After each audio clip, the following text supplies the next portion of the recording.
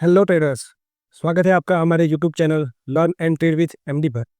आज की इस वीडियो में हम लोग बात करने वाले हैं कि कैसे हम लोग फोमो ट्रेडिंग को अवॉइड कर सकते हैं।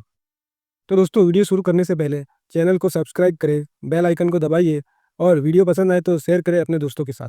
तो चलिए अब ज़्यादा टाइम वेस्ट ना करते हुए वीडियो को शुरू करते हैं। दोस्तों, ट्रेडिंग करते समय बहुत बार आपके साथ ऐसा हुआ होगा जहां आपको पता होता है कि इस लेवल पर हाई प्राइस पर ट्रेड में एंट्री करना एकदम गलत है, लेकिन फिर भी आप बिना कुछ सोचे समझे उस ट्रेड में एंट्री कर लेते हैं और बाद में लॉस होने पर खुद को दोषी मानते हुए फ्रस्ट्रेट हो जाते हैं। और इसी प्रकार से एक और सिचुएशन के बारे में बात करें तो आपने देखा होगा कभी कभी हम दिन रात मेहनत करके चार्ट एनालिसिस करके ओआई डेटा को स्टडी करके ट्रेड में एंट्री करने के लिए एक परफेक्ट लेवल मार्क करते हुए प्राइस प्राइस के उसी लेवल तक आने का इंतजार करते हो, लेकिन लाइव मार्केट में जब उस लेवल पर प्राइस आता है तो हम ट्रेड में लॉस ना हो जाए इस डर के मारे वहां पर ट्रेड में एंट्री नहीं करते और इंतजार करते रहते हैं। लेकिन जब मार्केट आपकी ट्रेड एनालिसिस के डायरेक्शन में आगे बढ़ता है तो आप उसे देखकर फिर से फ्रस्ट्रेट हो जाते हैं। अब अगर ट्रेडिंग के शुरुआती दिनों में आपके साथ ऐसा हुआ है, आज नहीं हो रहा या फिर बहुत कम समय बाद होता है, तो बधाई हो, आप प्रॉफिटेबल ट्रेडर बनने के बस कुछ ही कदम दूर हैं। लेकिन आपको मार्केट में ट्रेडिंग करते हुए 1 साल या फिर 2 साल से ऊपर हो चुका है और फिर भी आपके साथ ऐसा बार बार होता है, तो थोड़ा रुकिए, क्योंकि आप फोमो का शिकार हो चुके हैं। अगर आप भी इस कंडीशन से गुजर रहे हैं तो चिंता करने की कोई ज़रूरत नहीं, क्योंकि आज के इस वीडियो में हम ट्रेडिंग साइकोलॉजी में सबसे इम्पोर्टेंट माने जाने वाले फोमो कॉन्सेप्ट को पूरे डिटेल में समझेंगे और साथ ही उससे निपटने के कुछ उपाय भी सीखेंगे। तो चलिए सबसे पहले फोमो किसे कहते हैं यह जानते हैं। फोमो यानी कि फियर ऑफ मिसिंग आउट। अगर सिंपल शब्दों में कहा जाए तो कुछ खो जाने का डर जो होता है उसे हम फियर ऑफ मिसिंग आउट यानी कि फोमो कहते हैं।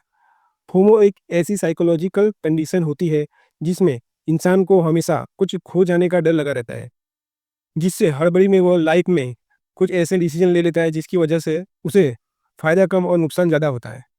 जैसे कि आपके पास अभी एक कार है, लेकिन भविष्य में आप इसे अपग्रेड करके एक नई कार लेने का सोच रहे हैं और उसी समय अगले ही दिन आप देखते हैं कि एक कार के शोरूम में सेल चालू हो जाता है, लेकिन अभी आपके पास उतने पैसे नहीं हैं कि आप उस कार को खरीद सकें।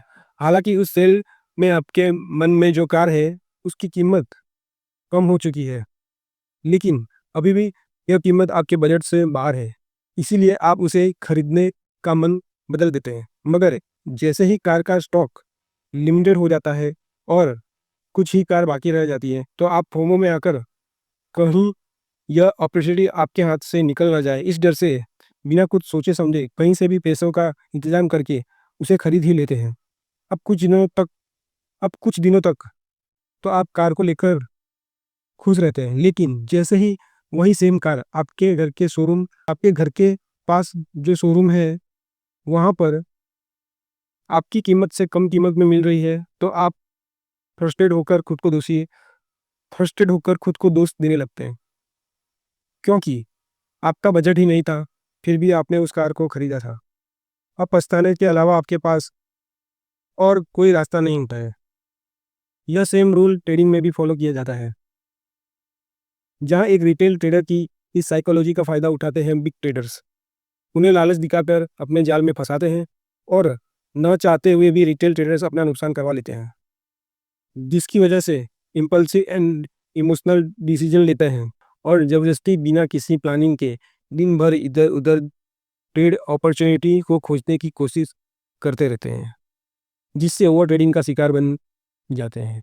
लेकिन यह फोमो हमारे मन में पैदा कैसे होता है, इसके पीछे कई कारण होते हैं, जिसमें सबसे मुख्य कारण है सोशल मीडिया। हम जैसे ही हमें किसी ट्रेड में नुकसान हो जाता है तो हम डिमोटिवेट होकर ट्रेडिंग के दौरान ही रील स्क्रॉल करने लगते हैं, जिसमें एक छोटा सा लड़का गांव में बैठकर ट्रेडिंग करते हुए लाखों का प्रॉफिट कमाते हुए हमें नजर आता है। तो कुछ ट्रेडर अपनी सक्सेस जर्नी को दिखाने के लिए बड़ी गाड़ियां और घरों के फोटो शेयर करते हुए दिखते हैं, जिससे हमारे मन में अगर यह होता है कि मैं क्यों नहीं कर सकता, और हम फोमो का शिकार हो जाते हैं। और बिना कुछ सोचे समझे चार्ट का एनालिसिस करे बगैर बढ़ते हुए कीमतों पर ट्रेड में एंट्री करते हैं और अपना नुकसान करवा देते हैं।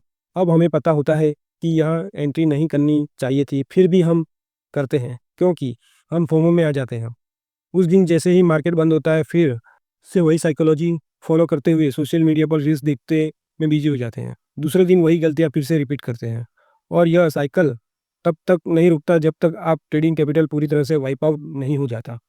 अगर आप मेरी बातों से सहमत है और आपके साथ ऐसा हो रहा है या फिर हुआ है तो कमेंट जरूर बताइएगा। अगर आपके इस कंडीशन से गुजर रहे हैं तो आप सभी फोमो की पहले स्टेज में हैं, क्योंकि अभी तक आपके मन में सिर्फ कुछ खो जाने का या फिर हाथ से कुछ छूट जाने का डर बना हुआ है। लेकिन फोमो की दूसरी कंडीशन में आपको कुछ हो जाने का डर का भी सामना करना अभी बाकी है। चलिए अब इस कंडीशन के डिटेल में समझते हैं। यूट्यूब पर आपने अभी तक फोमो को इतनी वीडियो देखी है, उसमें आपको फोमो की एक कंडीशन या सिर्फ पहले स्टेज के बारे में बताया गया है जिसमें हम फियर ऑफ मिसिंग आउट कहते हैं। लेकिन जब कोई इस स्टेज को पार कर लेता है और फोमो की दूसरी स्टेज में एंटर हो जाता है जिसमें हम फियर ऑफ समथिंग हैपनिंग यानी कि कुछ हो जाने का डर कहते हैं, जिसमें आप बिना कुछ कारण के डर में जीते हैं।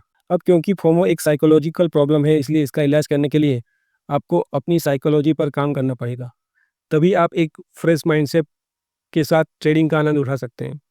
इसीलिए चलिए अब फोमो से बचने के लिए कुछ प्रैक्टिकल सॉल्यूशन के बारे में जानते हैं। First, avoid social media. यहाँ जो रिटेल ट्रेडर्स हैं, फर्स्ट अवॉइड सोशल मीडिया। यहाँ दो रिटेल ट्रेडर्स हैं जो अभी अभी मार्केट में ट्रेडिंग करना स्टार्ट कर चुके हैं, यानी कि उन्हें 6 महीने से लेकर 1 साल तक ट्रेडिंग एक्सपीरियंस हो चुका है। अब इन दोनों में से लेफ्ट साइड पर ट्रेड करने अपना एक दिन का ट्रेडिंग सेशन खत्म होने के बाद सोशल मीडिया पर दूसरे ट्रेडर्स की रील्स और वीडियो दिखता लगता है।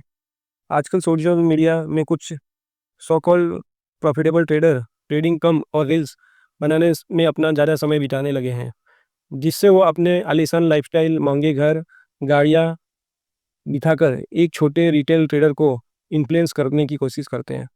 अब यह ट्रेडर इन्हीं इन्फ्लुएंस के कम समय में अवेयर बनने के लिए उसके बताए हुए ट्रेडिंग टिप्स और स्ट्रेटजी को बिना खुद से प्रैक्टिस किए वैसे ही अपनी ट्रेडिंग में फॉलो करता है। और दूसरे दिन अगर उस स्ट्रेटजी का नुकसान होता है तो तीसरे दिन फिर से एक नए ट्रेडर गुरु से एक और नई स्ट्रेटजी सीखकर उस पर ट्रेडिंग करने लगता है। अब यह साइकिल वह तब तक दोहराता रहता है जब तक वह पूरी तरह से कैपिटल को गंवा नहीं देता। लेकिन दूसरी तरफ जो रिटेल ट्रेडर है वह अभी भी अपनी ट्रेडिंग जर्नी में स्ट्रगल कर रहा है, लेकिन वह पहले दिन से अपनी ट्रेडिंग स्टाइल के हिसाब से ही अपनी एक खुद की स्ट्रेटजी बिल्ड करने का काम करता है। और जब कभी उसे किसी ट्रेडिंग में लॉस होता है तो वह सोशल मीडिया पर नई स्ट्रेटजी ढूंढने की बजाय शाम को बैठकर शांति से आज कौन सी गलतियां की उसने उसका एनालिसिस कर उन गलतियों को ना दोहराने की कोशिश करता है, जिससे धीरे धीरे एक स्ट्रेटजी बिल्ड हो जाती है जिसका पॉजिटिव असर उसकी साइकोलॉजी पर होने से उसका माइंडसेट स्ट्रांग हो जाता है और बिना डरे अपनी स्ट्रेटजी पर फोकस करते हुए ट्रेड में एंट्री और एग्जिट करता है। अब आपको क्या लगता है, आप इन दोनों में से कौन से ट्रेडर की ट्रेडिंग स्टाइल को फॉलो करना पसंद करेंगे? कृपया हमें कमेंट में ज़रूर बताएं। अगर आपको लगता है कि यह दूसरे वाले ट्रेडर सही कर रहा है तो बधाई हो। मैं जो आप बात समझाने की कोशिश कर रहा हूँ वो आप समझ में आ रही है, वह आपके समझ में आ रही है, क्योंकि देखने में कोई भी दूसरा इंसान आपकी साइकोलॉजी सुधारने का सिर्फ रास्ता आपको बता सकता है, लेकिन उस रास्ते पर चलना है कि नहीं यह आपको खुद डिसाइड करना पड़ता है। इसीलिए हो सके तो सोशल मीडिया से दूर रहने की कोशिश करें। Solution number 2, follow risk management and control your grid. हम फिर से यहाँ दो रिटेल ट्रेडर्स के जरिए रिस्क मैनेजमेंट को समझेंगे। इन दोनों ट्रेडर्स ने अपनी ट्रेडिंग जर्नी लगभग एक ही समय 50,000 की कैपिटल से शुरुआत की और दोनों ने अपने शुरुआती दिनों में मार्केट को सीखने पर फोकस करते हुए एक सिंगल लॉट के साथ छोटी सी क्वांटिटी से ट्रेड करने पर फोकस किया। मगर समय के साथ दोनों को मार्केट में कुछ लॉसेस होने लगे। लेकिन समय के साथ-साथ जब दोनों को मार्केट से कुछ लॉसेस होने लगे, तो पहले ट्रेडर ने मार्केट से लॉसेस को रिकवर करने के लिए रिवेंज ट्रेडिंग का सहारा लिया, जिससे पहले जिससे अपनी पिछली गलतियों जिससे उसने अपनी पिछली गलतियों को सुधारने पर फोकस करने की बजाय कम समय में ज़्यादा बड़े प्रॉफिट निकालने के लिए अपनी लॉट साइज बढ़ाने का निर्णय लिया, जिससे उसने लॉसेस और भी बढ़ गए, क्योंकि वह एक सिंगल लॉट से ट्रेडिंग करता था तो ज़्यादा समय तक ट्रेड को होल्ड करके रखता था। मगर जैसे ही उसने अपना लॉट साइज बढ़ाया तो उसका माइंड सेट स्क्रीन पर छोटे प्रॉफिट को देखने के ही उसे पोजीशन से बाहर निकलने पर मजबूर करने लगा, जिसका असर उसकी साइकोलॉजी पर होने की वजह से रिस्क मैनेजमेंट पूरी तरह से हिल गया था, जिस कारण बहुत जल्दी उसका कैपिटल वाइप आउट हो गया। लेकिन वहीं दूसरे ट्रेडर ने अपने पिछले दिन के ट्रेड्स को रोज मार्केट बंद होने के बाद शाम को बैठकर एनालिसिस किया, तो उसे पता लगा कि उसने आज क्या गलती की है। सुधारने के लिए सुधारने के लिए उसने दूसरे दिन उस गलती को ना दोहराने का फैसला किया, और उसी के आधार पर आप खुद की एक स्ट्रेटेजी बिल्ड करते हुए रोज उसे सुधारने पर फोकस करने लगा, जिसका पॉजिटिव असर उसकी साइकोलॉजी पर होने की वजह से उसका माइंडसेट भी पहले के मुकाबले ज़्यादा स्ट्रांग हो गया, जिससे उसका रिस्क मैनेजमेंट अच्छा होने से वजह से वह धीरे धीरे अपनी लॉट साइज बढ़ाने में कामयाब हो गया। अब आपको क्या लगता है, इन दोनों में से कौन सा ट्रेडर भविष्य में प्रॉफिटेबल बनने की संभावना सबसे अधिक है, और आप अभी इनमें से किस ट्रेडिंग स्टाइल को फॉलो करेंगे? दोस्तों, आशा करता हूँ वीडियो आपको पसंद आई होगी। वीडियो पसंद आई हो तो वीडियो को लाइक कीजिए। मिलता हूँ आपसे नेक्स्ट वीडियो में। Thank you so much for watching guys. जय हिंद, वंदे मातरम।